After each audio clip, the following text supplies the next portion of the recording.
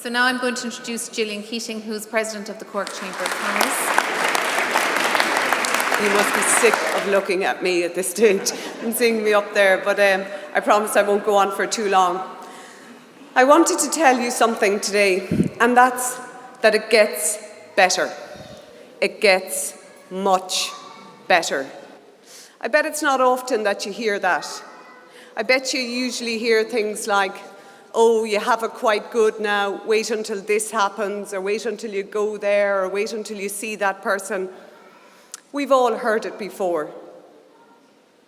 You all feel great today, you look great, and you're rightly excited about the evening ahead.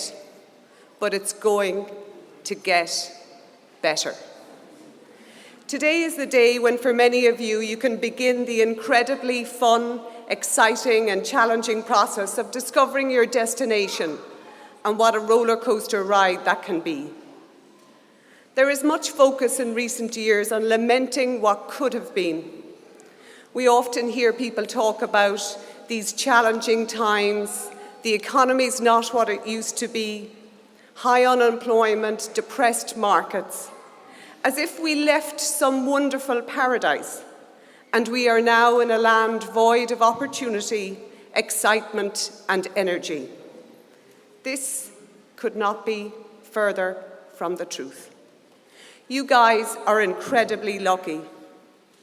Many things have changed for the better in recent years, which will make the ride ahead of you significantly different to mine. It may not be easier, but I believe you will have a hell of a lot more fun along the way. 3 key differences have changed the mood in recent years. Firstly, as Vivian mentioned earlier, it's now okay to fail. In fact, if you haven't tried to carve out something for yourself and failed, then it's almost like you weren't trying. There were many things I didn't reach for because I had been taught to fear failure, and I did. I adapted my goals to what I believed was achievable instead of working to achieve what I thought was unattainable.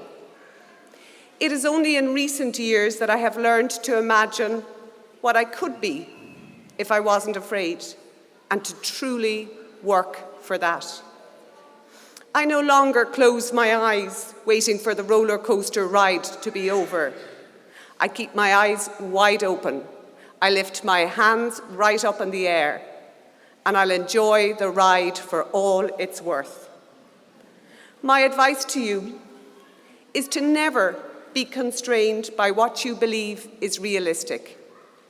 Have BHAGs, big, hairy, audacious goals, and work to achieve them. If you fail, then learn from the failure and try again, and keep making mistakes until you work out why. And remember, every time you fail, you are moving one step closer to succeeding. Secondly, there is now a growing belief that success does not depend primarily on cognitive skills, on how high your IQ is, or what your grades were. Clearly, these factors are important, and all of you today have demonstrated your abilities very strongly in that regard.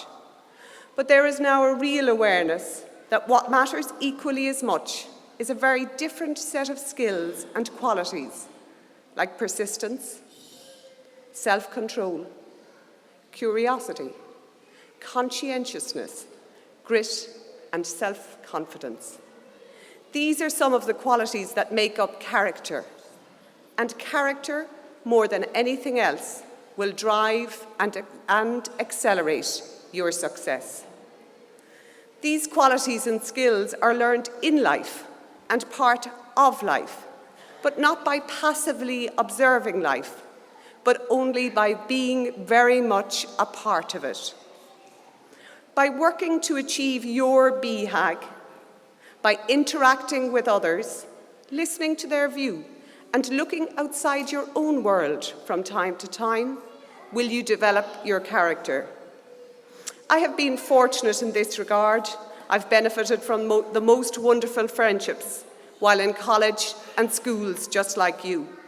I'm certain, looking at all of you today, that you have also been fortunate in this regard. Looking around the room, I see the supports that you have. My advice to you is learn from them. Seek out opportunities where there appear to be none. Take the opportunities which present themselves. Worry about how you will achieve them or how you will cope, or whether you're worthy, or whether you are up to it after you have said yes. Because trust me, 9 times out of 10, you'll succeed. Finally, what is really exciting about the difference in the world in which we now live to one I entered just quite a few years back, is that what constitutes success now has been redefined. To date, success has largely been determined by money, power, but now there is a recognition that there is a third metric. This metric is based on well-being, wisdom, our ability to wonder and give back. My final piece of advice to you is not to buy into society's definition of success. As Arianna Huffington recently said, the only people that definition is working for are those who make pharmaceuticals for stress, heart disease, sleeplessness, and high blood pressure. You alone should determine what success represents for you and have the courage to reevaluate that often. When my brother left college, I remember when he moved out of home, success to him was being able to lie on the couch all day in his boxer shorts and not have my mother shouting at him to get up. My sister-in-law presents the Channel 4 programme Embarrassing Illnesses, and she thought she had made it when she had her own TV show with hundreds of thousands of viewers.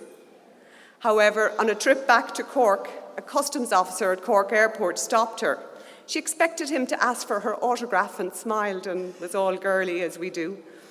But instead he shouted after her, "Hey, aren't you the doctor who looks at men's willies on telly?" She has since reevaluated her definition of success. For my part, I never considered myself successful until I received an email from Vivian recently asking me to address all of you at this conferring ceremony.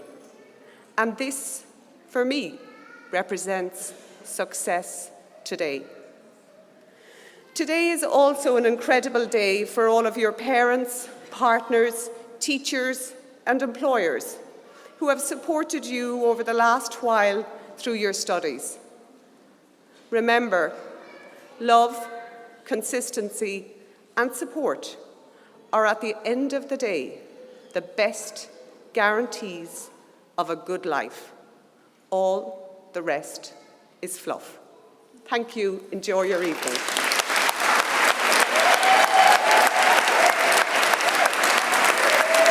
Now, we would just like to take this opportunity to pay tribute to our graduates. We would ask the parents, relatives, friends in the hall if you'd be upstanding to give the graduates an applause, please.